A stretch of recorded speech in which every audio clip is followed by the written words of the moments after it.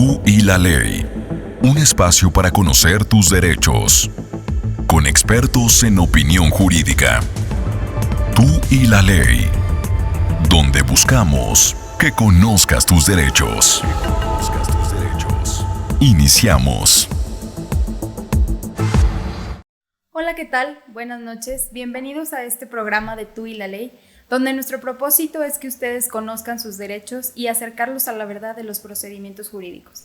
Este programa es auspiciado por la Fundación Juan Pablo II. Mi nombre es Elena Castro, soy licenciada en Derecho y les doy la bienvenida. Tú y la ley, donde buscamos que conozcas tus derechos. Bienvenidos a su programa Tú y la Ley. Esta noche es un programa especial, primero porque este despacho está festejando 35 años desde su creación y además estamos terminando nuestra primera temporada, siendo este nuestro 8º capítulo.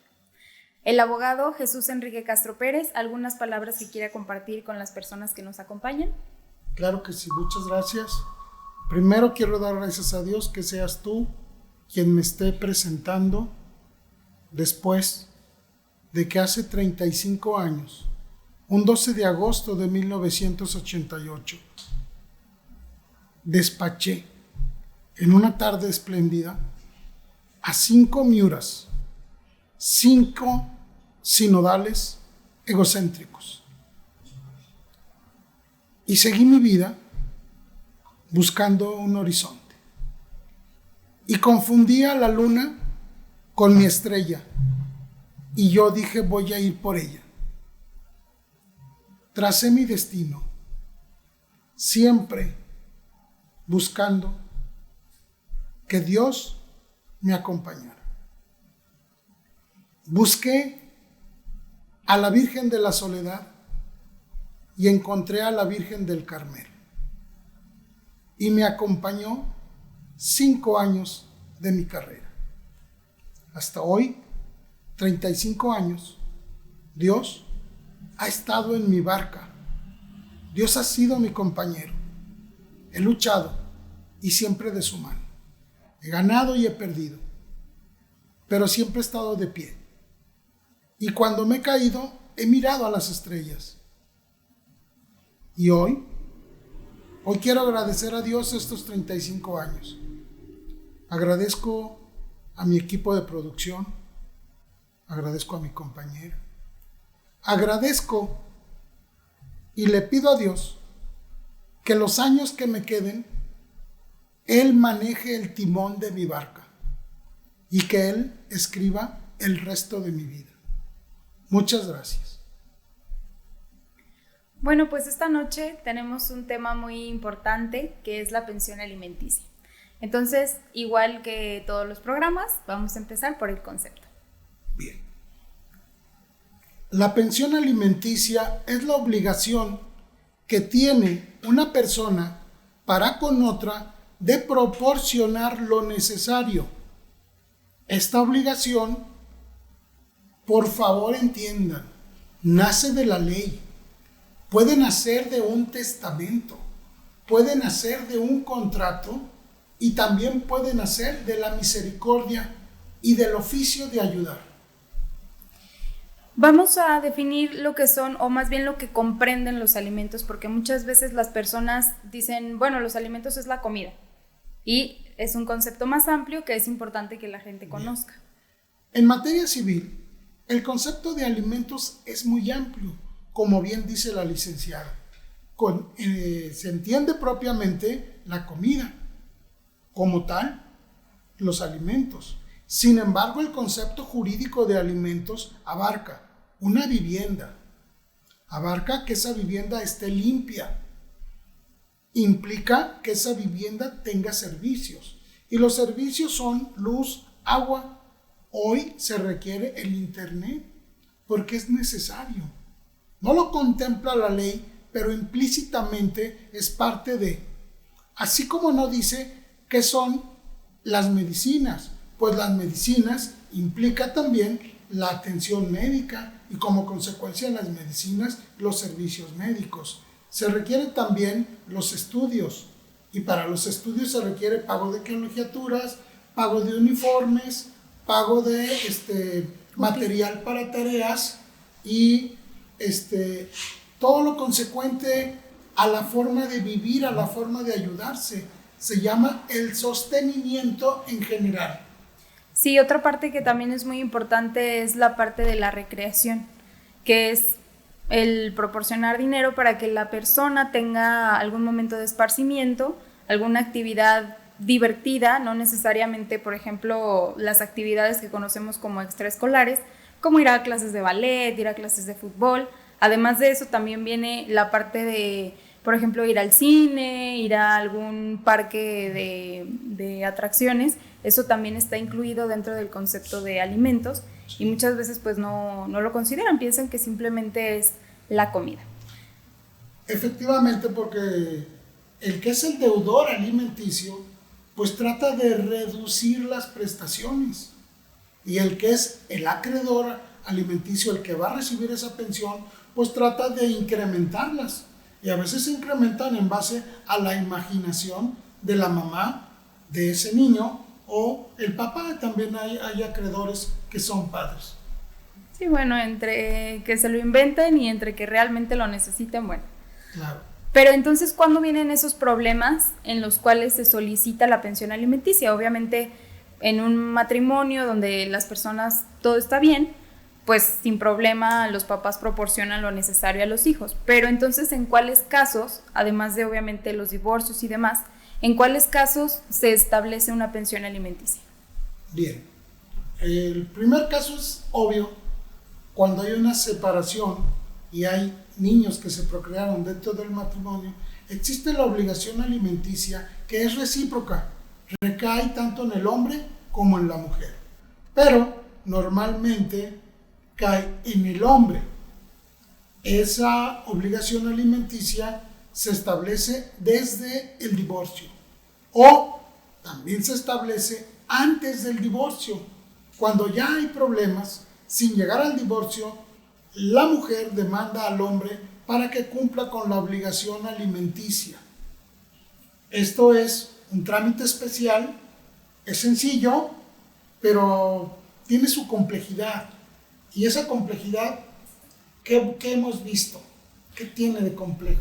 Bueno, antes de entrar a esa parte, también quisiera que se mencionara otro de los casos en los cuales se suele pedir la pensión alimenticia, que es cuando nunca fueron un matrimonio, simplemente fueron una pareja que en algún momento tuvieron un hijo, una hija o varios hijos, y llega un momento en el que ya sea el hombre o la mujer deja de proporcionar lo necesario para el niño.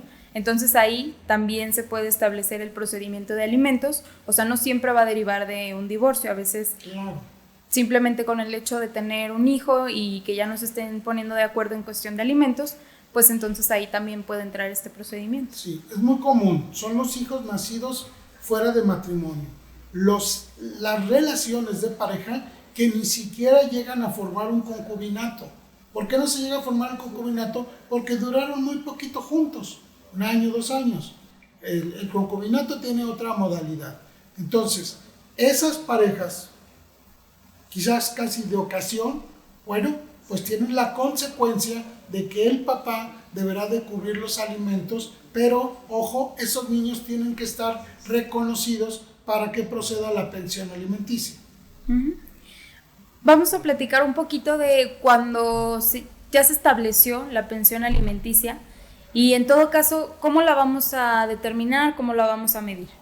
Bien, la ley nos dice que la pensión alimenticia debe ser proporcional, y esa proporcionalidad significa que es en base a la capacidad económica del deudor y se toma como base también las necesidades del acreedor alimenticio, o sea, los hijos, ¿qué necesidades reales tienen? Hay que tener un parámetro. Esto se basa en, al momento de demandar, debemos de decir, el señor gana tanto porque es el gerente de esta empresa, o el señor gana tanto porque es un empleado de una vulcanizadora.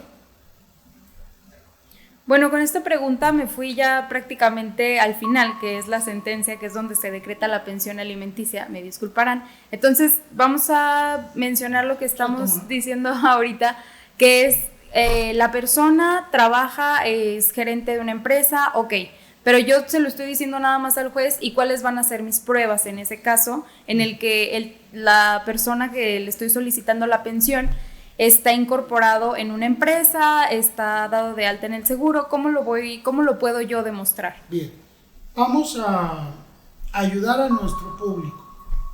El que tiene la necesidad de una pensión alimenticia, vamos a pensar, a Juanita le dejaron de dar dinero, el señor los abandonó, tiene 3 meses que no da nada y sabemos que trabaja en una empresa que hacen vehículos.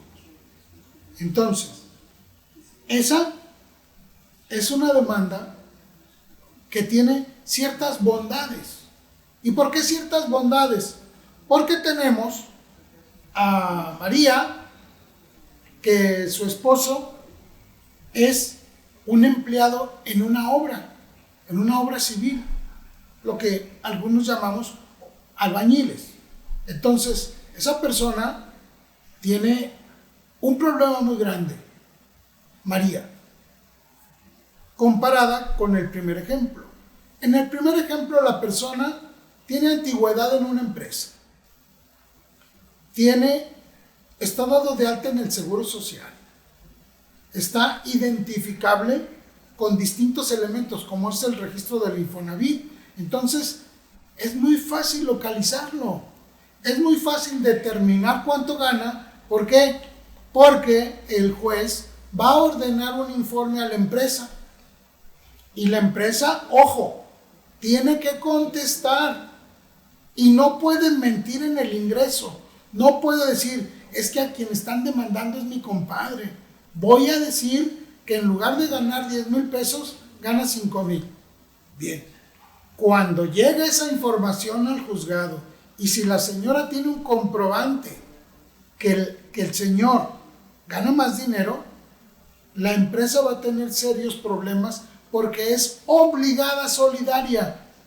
Así es que si miente va a tener problemas. Entonces, ya llevamos un elemento muy importante. Primero, que no da alimentos. Segundo, que está identificable. Tercero, que la empresa tiene que mandar un informe con datos fidedignos. Y número 4, el juez va a tener toda la capacidad para poder determinar cuántos hijos son, o sea, cuántos acreedores alimenticios, si en este caso va a estar incluida la esposa, y obviamente va a determinar el monto, y esa se llama sentencia interlocutoria. En los asuntos de alimentos hay 2 sentencias, una sentencia provisional, que es la interlocutoria, y que es antes de iniciar el juicio, el juez ya está garantizando los alimentos para los menores. Esto es muy importante, porque son 2 etapas. Antes de iniciar el juicio, ya le están descontando a ese padre de familia. Estoy aquí haciendo unas anotaciones de 2 cosas importantes que se mencionaron, pero las quiero retomar un poquito más adelante. Se está hablando ahorita de una persona que realmente tiene un trabajo que se puede comprobar. Ya establecimos que se le puede fincar una responsabilidad a la empresa, porque obviamente hay empresas muy grandes, como muchas automotrices que hay aquí en el estado de Aguascalientes y en muchos estados de la República, que obviamente no se van a arriesgar y no tienen realmente tanta relación con sus trabajadores como para mentir por ellos. Pero hay algunas otras empresas que son más familiares, que son, por ejemplo, se ha presentado el caso que al que están demandando suelen ser hombres, es el común, no queremos aquí parecer que nada más agarramos a los hombres de ejemplo, simplemente es el común. Entonces, hay algunas personas que son los dueños o los hijos de los dueños, entonces ellos tienen muchos otros negocios por fuera y entonces le dicen al papá, a la mamá o al tío, oye, ¿sabes qué? Méteme a tu empresa como si yo trabajara ahí, pero ponme el salario mínimo. Entonces, para que vean que yo gano súper poquito y me pongan una pensión mínima. Pero, ¿qué pasa cuando por otro tipo de informes y requerimientos que se hacen, se descubre lo que realmente esa persona gana? Bueno, pues la responsabilidad va a ir para la empresa del tío, del amigo, del tal, que los quiso ayudar, y resulta que por otros, o sea, hay muchas formas de determinar cuánto es que está ganando esa persona. También existen las testimoniales y a eso quiero ir. Hay algunas personas, como mencionamos, que trabajan, digamos, de una manera informal, se le puede decir, Claro. que no están dados de alta en el SAT, que no tienen seguro. Entonces ahí, ¿cómo vamos a demostrar cuánto está ganando esa persona? O en el caso que estamos mencionando, que sabemos que mintieron.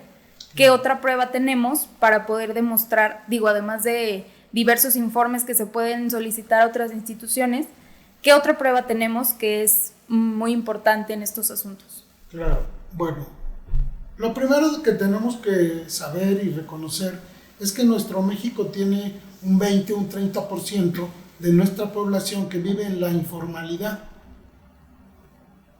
Entonces, hay quienes tienen una tienda de abarrotes, hay quienes venden cosas en los tianguis y infinidad de actividades. Y todas son perfectas y todas son válidas. Entonces, cuando tu pareja, tu esposo, el que adeuda la pensión alimenticia, se dedica a esa función, pues es muy difícil determinar cuánto gana. ¿Cómo podemos determinar cuánto gana un bolero? ¿Cómo podemos determinar cuánto gana una persona que vende ropa en un tianguis o vende cassettes y aparte de esos cassettes son piratas? Entonces, ¿cómo vamos a determinarlo? Ahora, ese es uno. Otro, ya dijimos, los que están perfectamente identificables. Les fincamos una pensión alimenticia de un 60%, porque son 3 niños, o hasta de un 40% o de un 70%. ¿Qué ha pasado cuando hemos tenido pensiones alimenticias del 80%? Nuestra clienta está feliz porque es el 80%, y yo les he dicho, no puedes estar feliz porque esta persona tiene 2 años en su trabajo. Entonces, ¿qué va a pasar? Lo va a abandonar y tu pensión de 80% se va a esfumar.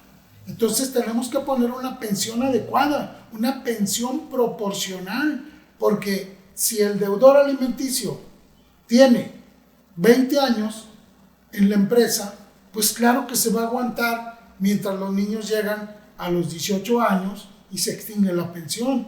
Pero de otro modo, si tiene 1 año, 2 años, ese deudor alimenticio se va a esfumar, se va a retirar. Y esa pensión alimenticia va a ser de imposible cumplimiento. Esto es muy importante. ¿Y qué pasa con la otra moneda?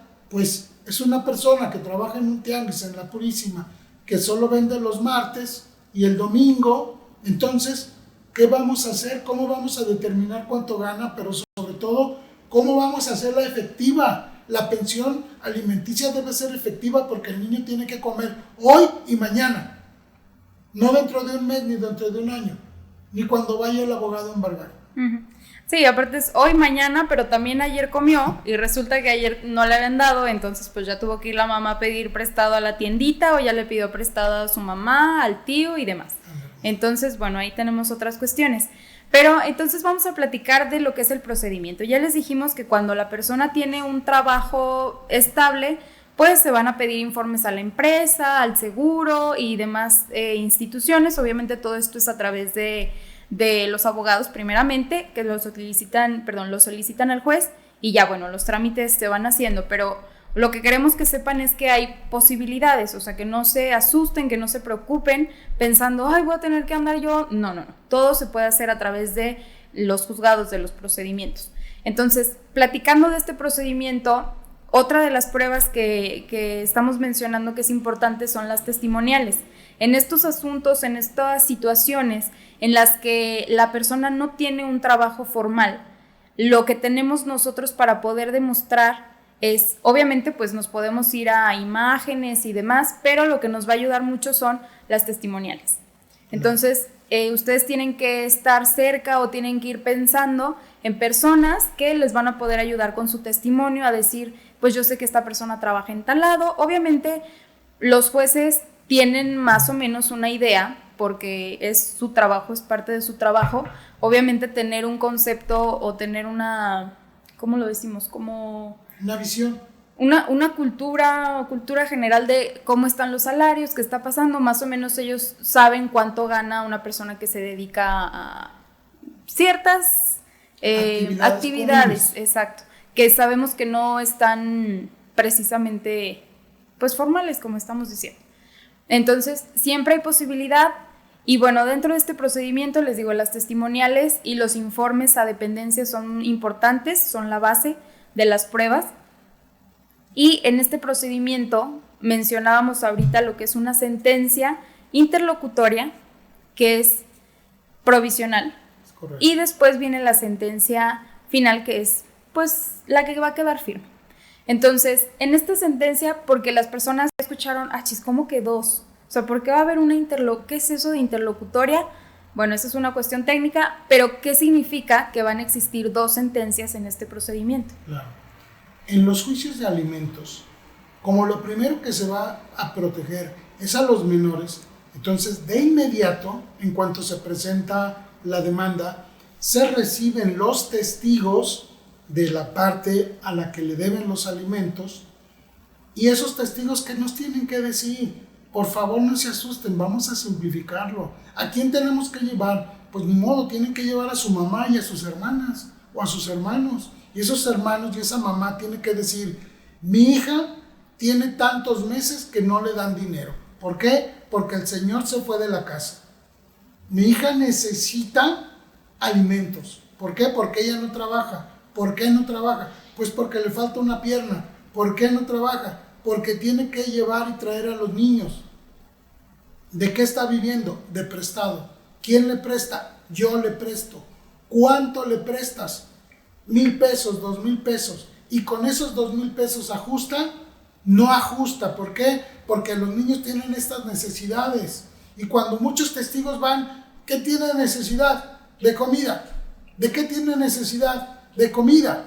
No, tienen necesidad de una habitación, que esa habitación esté limpia, que tenga agua, que tenga luz, que tenga teléfono, que tenga internet, que tenga una computadora el niño. Hoy no es un lujo, una computadora es una necesidad, y también necesita un teléfono inteligente, no es un capricho, es parte de la educación.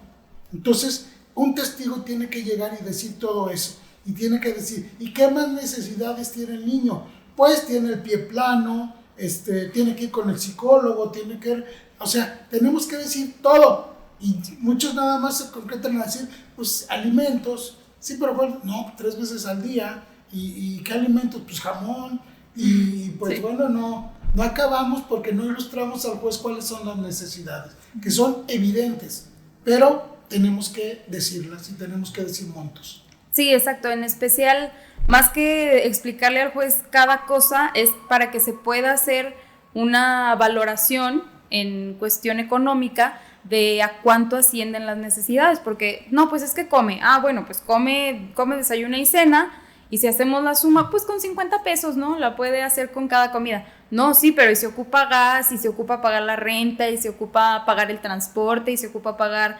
las colegiaturas, los útiles, los uniformes. O sea, el desglosar lo que son los alimentos sirve para poder establecer una cantidad de lo que ocupa realmente el niño, y así poder establecerla para el que sea el deudor. Entonces, volviendo, ¿qué significa esa sentencia interlocutoria? Bien, esa primera resolución va a establecer que del salario de Juanito le vamos a descontar más o menos un 20% por cada hijo. Entonces, si tiene 3, va a ser un 60%. ¿Cuál es el mecanismo? Una vez que ya llevaron los testigos, se dicta esa sentencia provisional y se ordena a la empresa que descuente el 60% de los ingresos de Juanito.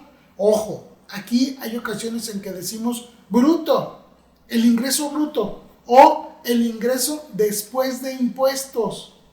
Esto es importantísimo porque las diferencias a veces son grandes. Sí. Entonces, bueno, luego ¿qué va a seguir? ¿Qué sigue después? Bueno, quiero decirles, se hace esta primera sentencia porque en este primer procedimiento no existe, o más bien no se ha llamado a juicio al deudor, o sea, el deudor todavía no sabe nada. Se supone que esto es para que sea un procedimiento más rápido por la urgencia que significan los alimentos. Entonces, por eso se hace este procedimiento que se supone que es muy rápido, que no se va a llamar a la otra persona para que la otra persona no vaya a estar poniendo trabas para detener el procedimiento. Entonces, por eso esta primera sentencia lo que busca es que sea rápida, que sea muy ágil, les digo, por la urgencia que representan los alimentos. Entonces, ya con esta sentencia es cuando se manda a llamar al deudor para, pues, que se entere del juicio y que empiece a participar de manera activa para que lo puedan entender mejor.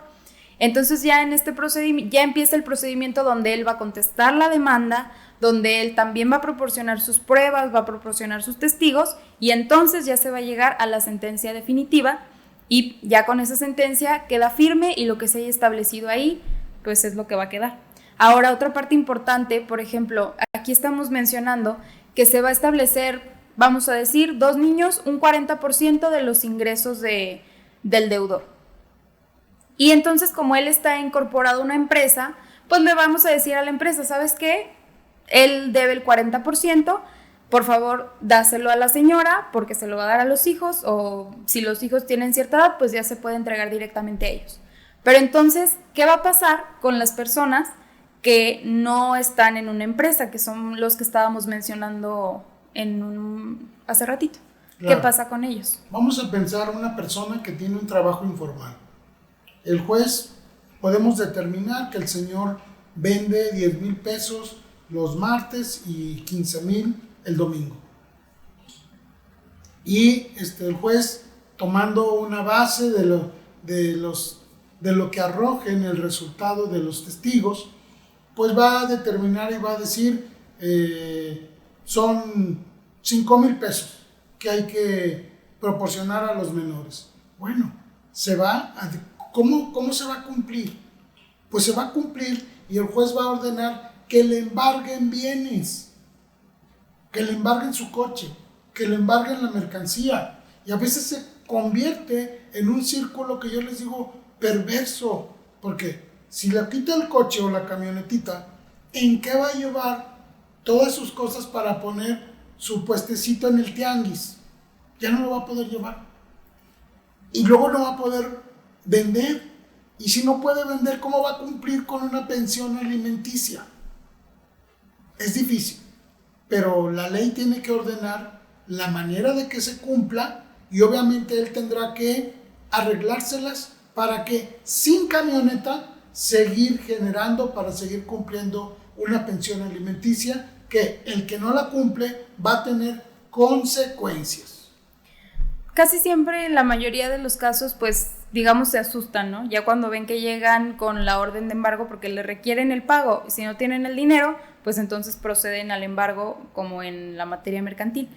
Y entonces, bueno, eso algunas veces funciona para que la persona diga, no, pero mira, llegamos a un arreglo, llegamos a un convenio, lo hemos visto, lo sabemos.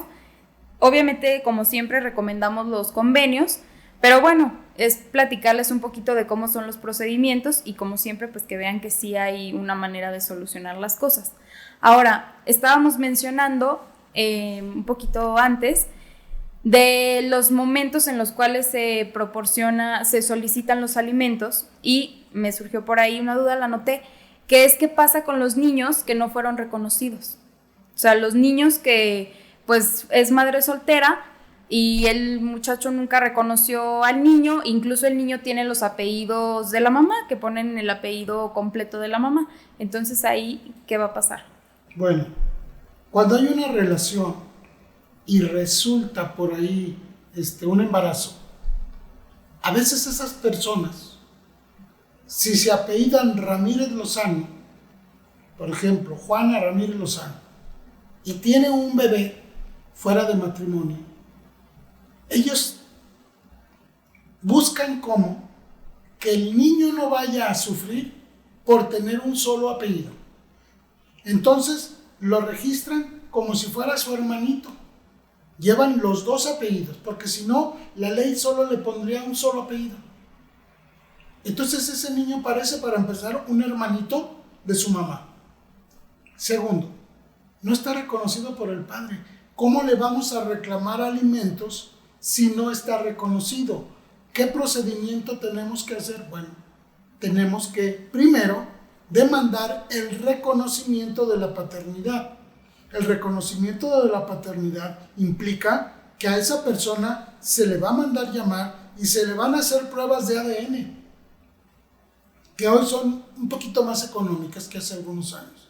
Entonces se hace la prueba de ADN y de lo que resulte, el señor tiene que pagar la prueba de ADN y pagar incluso los alimentos desde que nació ese bebé, que son los alimentos que se adeudan. Entonces hay que saber negociar, porque hay quienes se atreven, a pesar de que ese día de la audiencia el niño parece una fotografía de ese señor y todavía dice no es, y entonces le hacen la prueba y a los 10 días 99.9 de posibilidades de que ese niño sea hija de la persona que se le imputa. Entonces pues, va a haber una serie de consecuencias. Aparte de que va a tener que pagar el juicio, va a tener que pagar los alimentos desde que nació. Incluso se puede pedir que pague hasta el parto. Estos son lo que conocemos como alimentos retroactivos. Entonces, ¿quién más? Obviamente, pues la mamá podría solicitarlo, pero ¿qué pasa si yo ya tengo una edad en la cual puedo yo reclamarlos siendo mayor de edad, por ejemplo? Sí, tenemos casos donde los niños ya jóvenes de 18 años, reclaman desde la paternidad y en consecuencia los alimentos retroactivos. Son casos raros, extraños, pero afortunadamente esas son resoluciones que yo he visto que se han cumplido. Y otras personas que también pueden solicitar alimentos son los padres, sí. Que esto es una de las características de los alimentos, que son recíprocos. Entonces, hay que platicar un poquito de lo que es eso. Los alimentos tienen una característica, su reciprocidad. Quiere decir que la ley es perfecta como la naturaleza.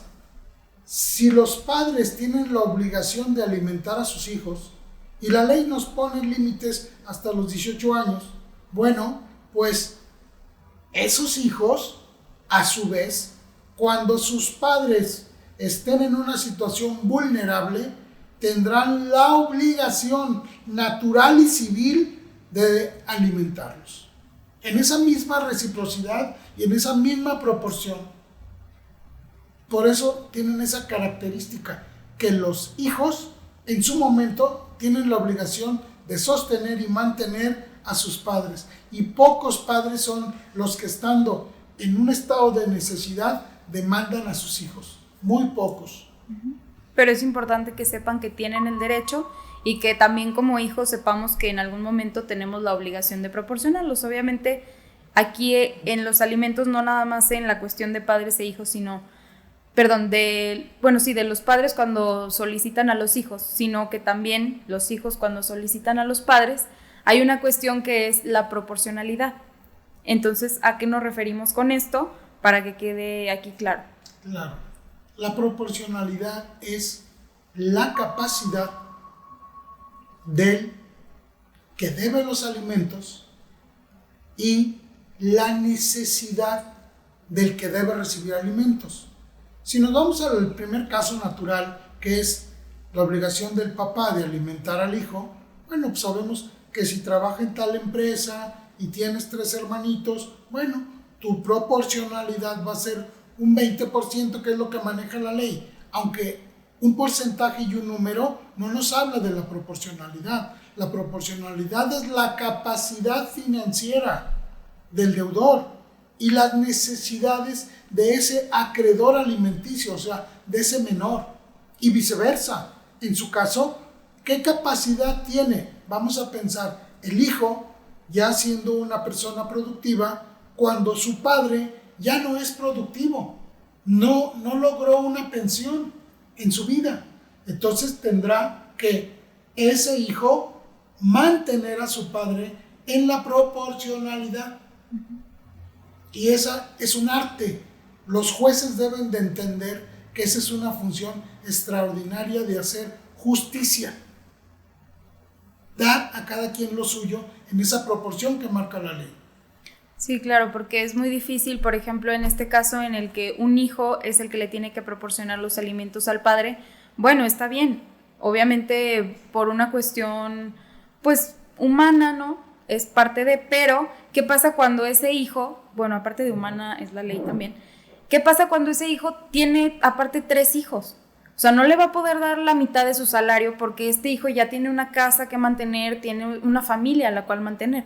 Entonces, a esto es a lo que se refiere la proporcionalidad, es decir, ok, esta persona necesita, pero tú también necesitas. O sea, tiene un hijo, ay, pues dale tu 100%. No, espérame, o sea, yo también tengo que comer, yo también, en el caso de que el hijo pues no vive con la persona, pues yo también tengo que pagar mi renta, yo también tengo que pagar mi carro, mis cosas, yo también tengo alimentos, yo también tengo gastos. Entonces, esto es a lo que se refiere. Sí, la persona va a tener su capacidad de dar alimentos, pero también tiene sus necesidades. Igual que la persona que requiere los alimentos tiene, pues también el que los está dando tiene sus necesidades, y siempre hay que tener pues bien establecido esto para que luego no haya por ahí un malentendido, que lo vayan entendiendo bien, que lo vayan teniendo bien claro. Exacto. Yo quisiera que los jueces amaran un poquito más su carrera y aprendan a diferenciar que los deudores alimenticios también tienen la obligación con sus padres y que también tienen una necesidad de satisfacerse. Porque vamos a pensar, embargamos a un director de una empresa y se le quita un 60%. ¿Y le queda cuánto? ¿Y cuánto le van a descontar de impuestos? Y si tiene a sus padres, que también los ayudaba, ¿cuánto les va a dar? Y segundo, él, para estar presentable, para seguir en esa batalla de sostenerse en un puesto de buen nivel en una empresa, pues tiene que seguir vistiendo y tiene que seguir comprándose zapatos y corbatas. Y entonces, pues con lo que le quede de esa pensión alimenticia, no va a poder competir con sus compañeros que tienen su 100% de su ingreso. Entonces, el juez tiene que ser muy sabio para saber repartir en una manera proporcional, adecuada, pero tomando en cuenta el nivel del trabajo de ese deudor alimenticio. Hace un momento mencionábamos que algunas personas van a esperar a que la persona llegue, el acreedor alimentario, va hasta que cumple sus 18 años esperando a que se extinga la pensión. Pero hay otros casos, no siempre cuando llega, ya cumplió 18, ya no le voy a dar nada. No. Hay algunas cuestiones que también me parece importante que mencionemos ahorita. Claro. La pregunta sería, ¿cómo se extingue la obligación de pagar pensión alimenticia? Bueno, se extingue, número 1, porque el deudor tenga un accidente y ya no pueda trabajar. Va a tener una pensión y de esa pensión a ver en qué se alcanza. O si no tenía pensión y queda incapacitado, se acabó la pensión alimenticia. Bien. 2, cuando el menor alcance la mayoría de edad, que son los 18 años, y que ese muchachito ya no esté estudiando. Entonces ahí se extingue la obligación alimenticia. Luego tenemos a los muchachitos que sí aprovechan esa pensión alimenticia, entonces esa obligación alimenticia se va a extinguir hasta que termine su carrera. La va a terminar a los 21, 22, 23 años. Entonces, cuando termine su carrera, en ese momento se extingue la pensión alimenticia. Pero se va a extinguir nada más porque sí, nada más porque el niño ya, el señor dice, pues aquí está el acta, ya tiene 23 años y aquí está la constancia de la universidad que ya terminó su carrera. No, señor, se tiene que hacer un pequeño juicio que se llama incidente, en el que el juez va a determinar que efectivamente ya terminó la carrera, pero se tiene que escuchar a ese hijo o esa hija. Sí tienen la posibilidad de manifestar algo, porque bueno, hay algunas cuestiones por ahí que a veces es necesario ventilarlas y que el juez conozca para que se pueda tomar una decisión correcta. Pero bueno, también hay algunos casos en los que la persona ya cumplió 18 años, sabe que va a continuar con su pensión hasta que reciba su título, o puede ser título o profesión, algo que le dé para poder sostener su vida. Pero hay algunos que sabiendo esto se aprovechan y entonces están un semestre en una carrera y luego se meten otro semestre a otra y luego se meten otro semestre a otra. Entonces sí es hasta que tengan su título, pero también pues hay algunas cuestiones como esta que estamos mencionando que se le pueden manifestar al juez y decirle, oye, pues es que este ya tiene 22 años y se lo ha pasado cada semestre brincando de carrera en carrera, de universidad en universidad, con tal de seguir recibiendo la pensión.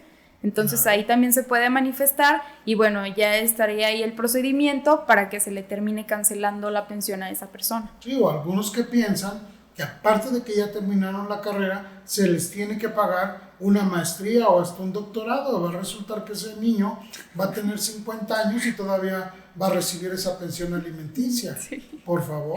Sí.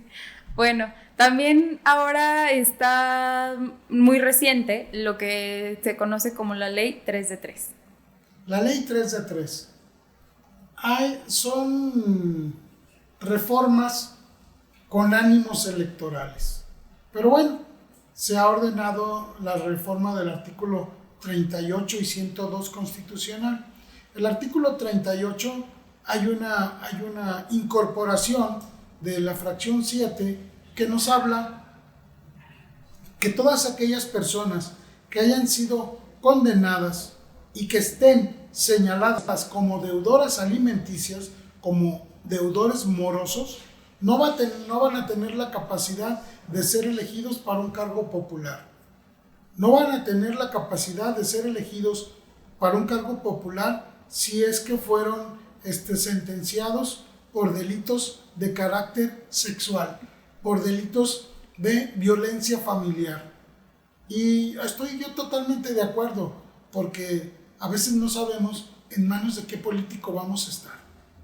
Recuerden un caso, un tal Suki Kuri, entonces era un cinismo, y eso no se puede permitir.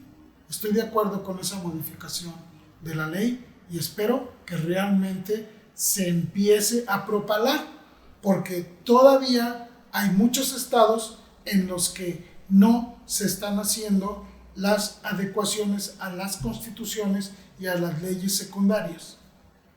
Sí, bueno, la verdad es que entre más restricciones haya para los políticos, pues mejor, ¿no? Entre mejores personas puedan llegar a los cargos públicos, pues mejor para la sociedad.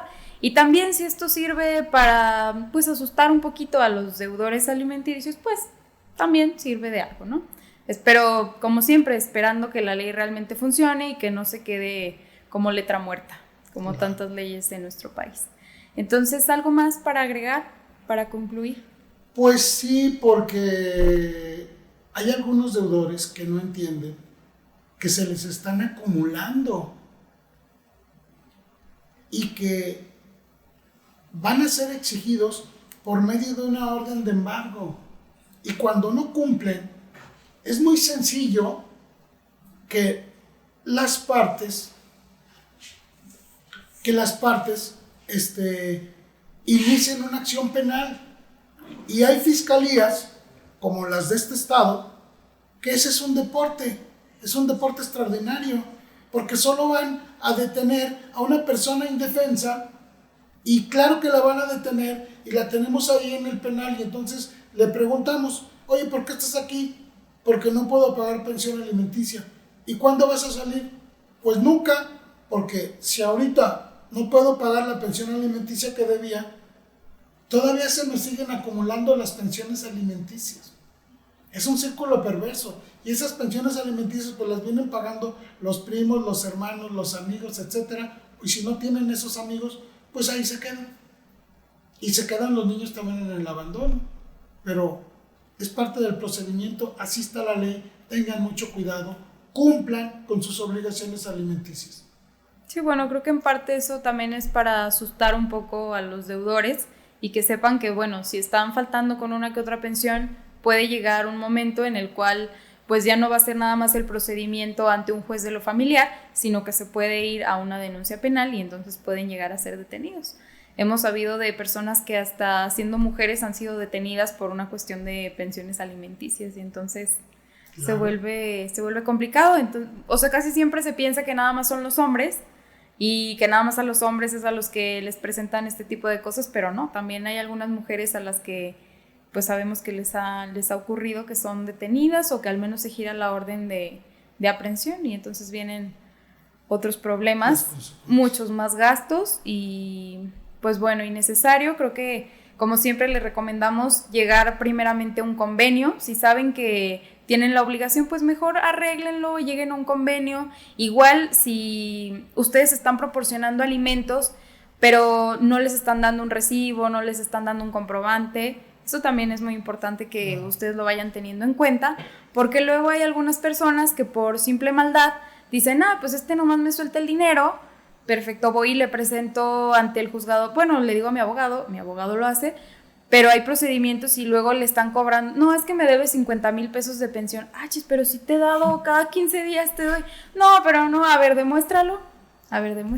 Claro. ¿Dónde están sus comprobantes? Es muy importante que tengan sus comprobantes. Y hay ocasiones en que depositamos en el banco, depositamos en otras instituciones y esos comprobantes se borran. Entonces a la hora que le decimos, no, es que ya los tengo, y pues nos los traen al despacho y la mayoría ya no es visible. Entonces es el dicho de la señora que dice que le debes contra el tuyo, que aparte te dicen que ni juguetes le llevaste en Navidad.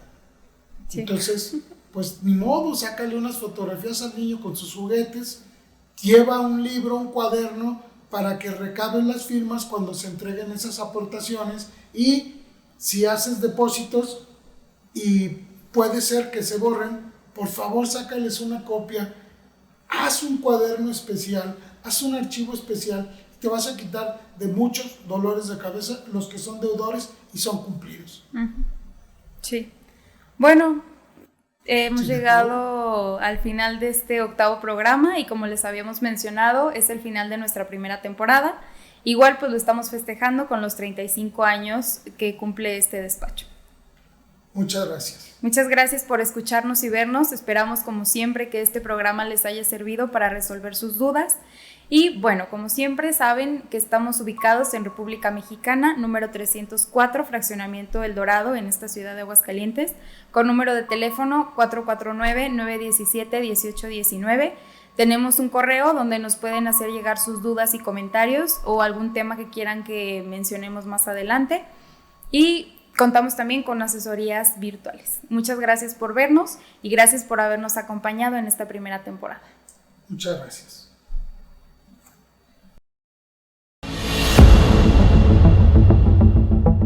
Conoce tus derechos con los expertos.